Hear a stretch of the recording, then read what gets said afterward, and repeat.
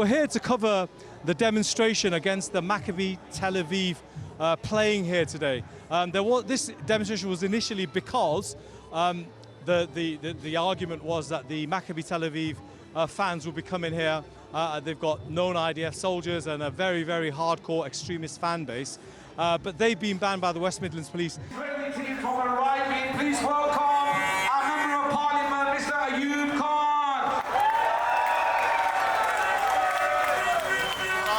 First of all, send a great thank you to West Midlands Police and the Chief Constable of the West Midlands Police. I'd like to also thank all the stewards and each and every one of you for coming out here to stand in solidarity with the Palestinians and their plight for freedom, for justice.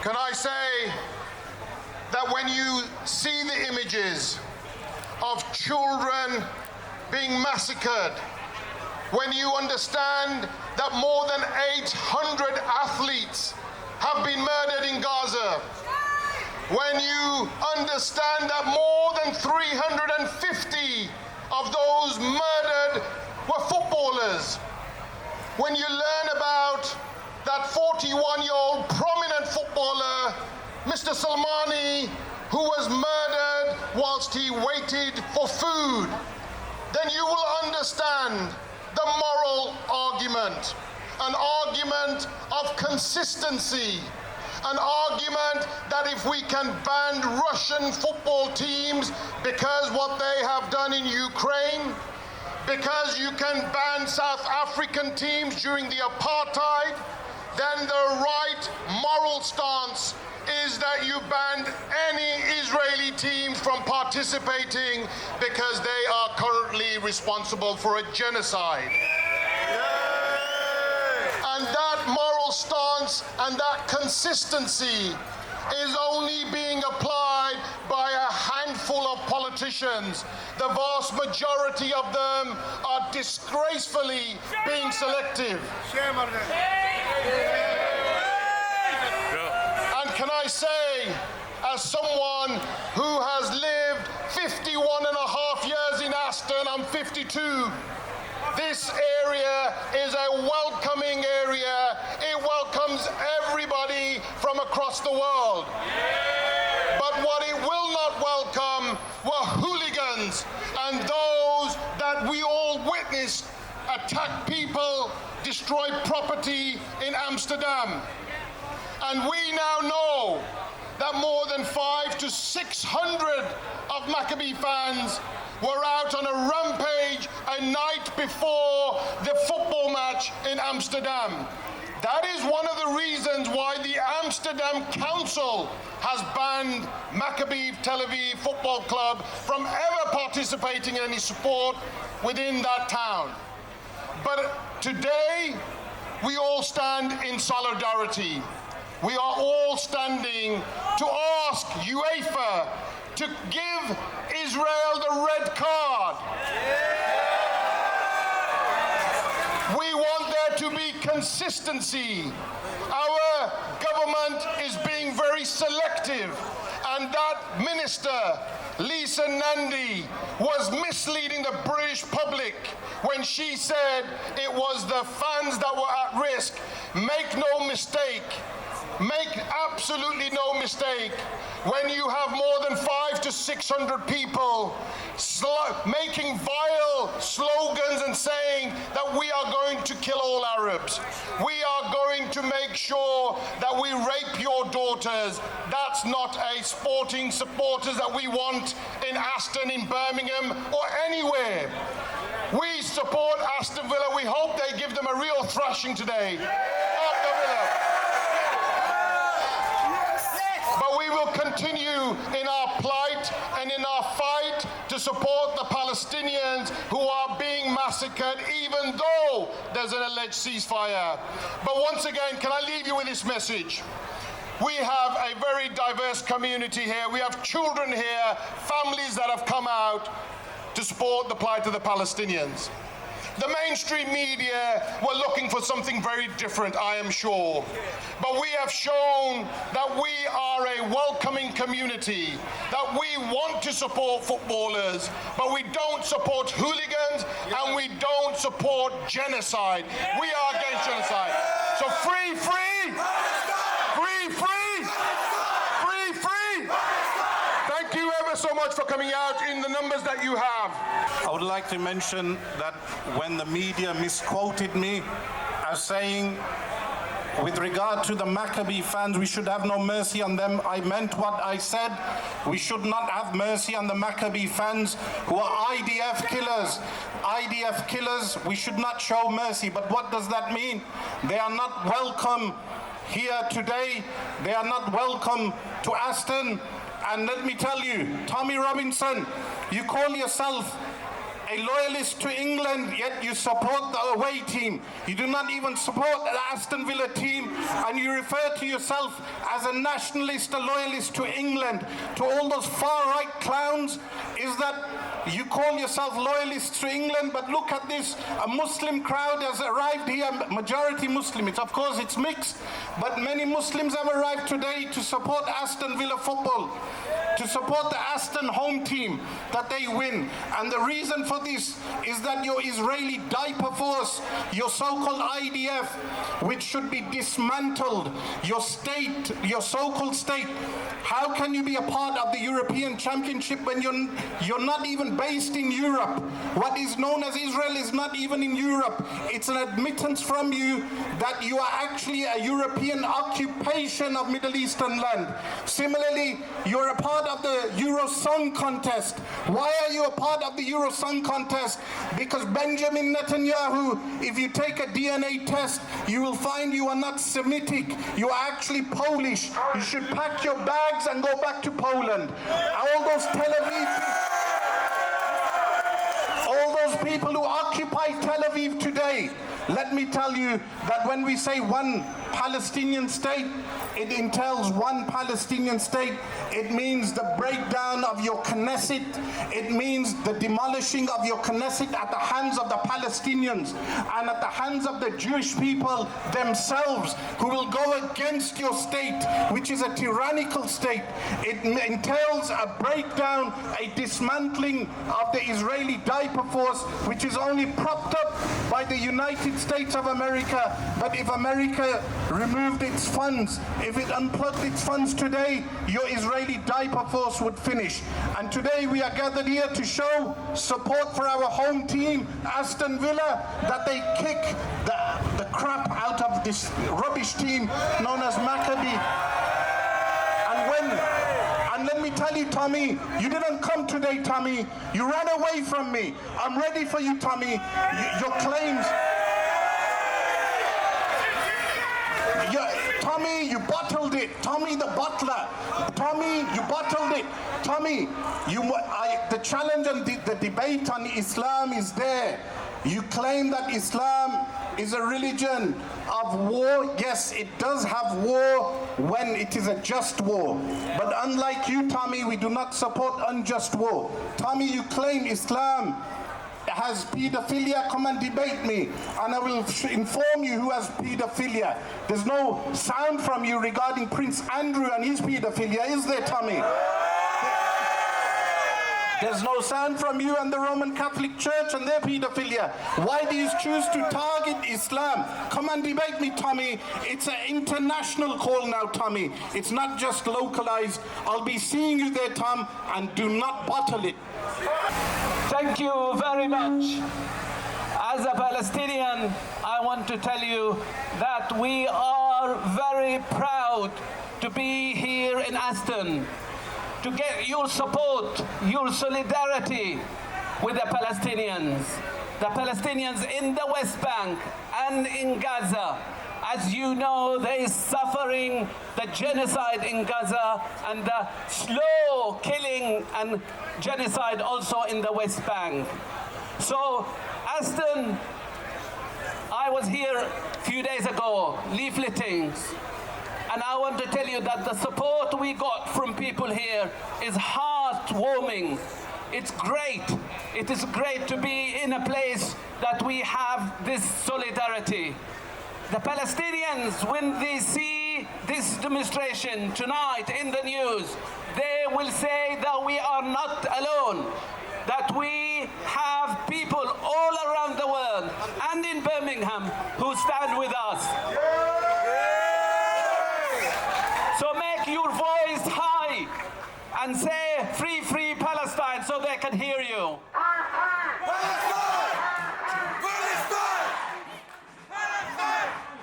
We are here, a coalition of everybody from Birmingham. We are saying clear messages. We are saying no to racism. We here represent different faiths, different communities, all of us with one message: no to racism, no to Islamophobia, and we want to feel safe in our community. This is a complete manipulation, as if the Israeli team feel unsafe. The people here who feel unsafe and need protection. So we want to give a clear message. No double standard. Russia, it took few days to kick Russia out of FIFA. Why is this double standard with the Palestinians? So we want our message to be clear. Kick out Israel out of FIFA. Kick out Israel out of FIFA. Kick out Israel out of UEFA. Brother and sister, this unity here, it is a very important message to us, because we want this great international solidarity all over the world to exercise pressure in this very double standard government that want to intervene in the local decisions of this community. The decision of the police that actually wanted to ban Maccabi Tel Aviv supporters. So your voice tonight will be arriving everywhere, through the media, through the social media, to the Palestinians, and we will feel very grateful for this position, for this standing. The last thing that I wanted to say, that this campaign is a step towards boycott of other in culture, media, academia, and other aspects of life. We can do that. Every individual can take an action. So please take an action and boycott Israel. And you can do it in every way you can as a citizen. So thank you very much. Friends, brothers, sisters, fellow Brummies, we are here today outside Villa Stadium to say that this football match is not taking place in our name. We condemn Keir Starmer's stance of defending, for shielding racist, violent Israeli football fans, putting them above the safety of Birmingham citizens. They spread the lie across the whole world. Every single one of our so-called political leaders, from Farage, from Tories Kemi Badenoch, to Labour's Keir Starmer, and even Lib Dems Ed Davey, when they came out and condemned West Midlands Police for correctly assessing their intelligence that the Israeli football fans were a threat to local Birmingham citizens. And instead of upholding that ban, they shamelessly, disgracefully insisted that that ban be overturned. The only reason the Maccabi fans are not here in Birmingham tonight is because the own football team said they would not take up the Villa tickets, because just over a week ago they had such violence in Israel's own streets, they couldn't control those fans, that they decided they were not going to let them travel here. Shame on Keir Starmer. Shame on Keir Starmer. Shame on Keir Starmer. And to their everlasting shame, they used Birmingham Muslims as a football. They tried to say that this ban was trying to be enforced by the police because Jewish people could not be kept safe from Birmingham's Muslims. A vile, disgusting, despicable lie. We are proud of our city, a city built by the hands of immigrants, a city where people are welcome from the world over, a city which prides itself on our solidarity, on our community spirit, which is as warm as our samosas and our tea and our fish and chips.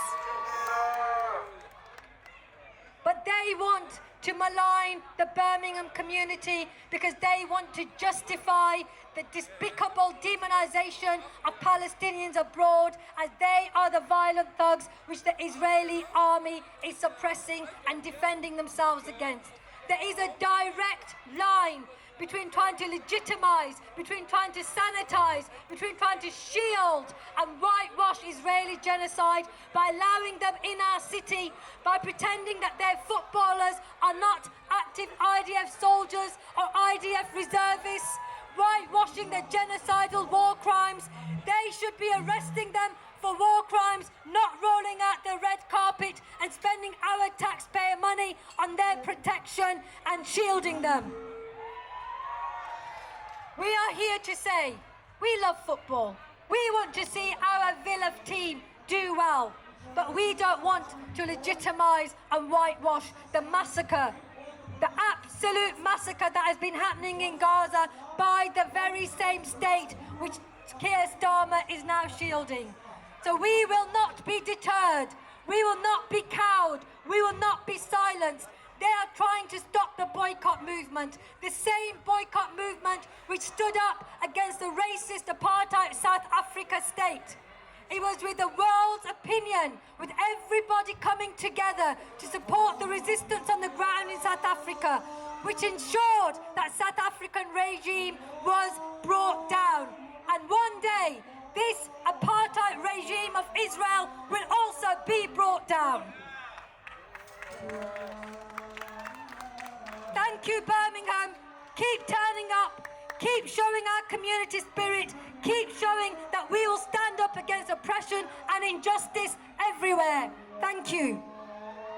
Sheikh, you've been very vocal about Maccabi Tel Aviv and the Israeli, what some would say the IDF support, IDF members being part of that fan base, being in your city. But they're not here. Why are you still here in force? Because very clearly, the Israeli football players are IDF, or some of them are IDF, and additionally, Israel should not be a part of the European Championship. It's European. So you are admitting to us that Israel is not actually Middle Eastern, it's European. And they shouldn't be a part of the Euro Song Contest either. So kick them out of the European Championship, kick them out of the Euro Song Contest. Otherwise you are admitting, not you, but the power structure is admitting that it's an Anglo-Euro occupation of Middle Eastern land. When did this issue really become an issue? Because many people, when the draw was made and Maccabi Tel Aviv were going to be playing here, is that when the community here said, this is not going to happen in Birmingham? They highlighted me in the newspapers a few weeks ago for statements I made a few months ago in Amsterdam in relation to the Maccabi fans behaving like hooligans, provoking Arabs in Amsterdam, provoking violence and chanting death to the Arabs. So I mentioned that in Amsterdam in context, and then that was utilized by the British media in order to malign me as a hate preacher. But in fact, it was me pointing out that the Maccabi fans are violent. Subsequently, the government has admitted that they had intelligence on Maccabi fans actually being violent. That information was hidden by the government, and it's a shameful thing for the government to do you think that the government has been disingenuous in this whole sordid affair? And why do you think they've done that? They are disingenuous simply because Keir Starmer is a Zionist, self-admitted Zionist, and therefore the policies will be those of a Zionist. And what I wanted to ask you is, how you feel about how the government has handled this, because the culture secretary Lisa Nandy was very, very strong. Well, first of all, as a Palestinian myself, I am very proud that there is this solidarity with the Palestinian in Birmingham and the unity that people are showing for Palestine. Because when Palestinians will see that, they will feel that they are not alone. The government is, to my mind and to many people here, they played a double standard, by intervening in local affairs of Birmingham, of the advisory committee and the police commissioner.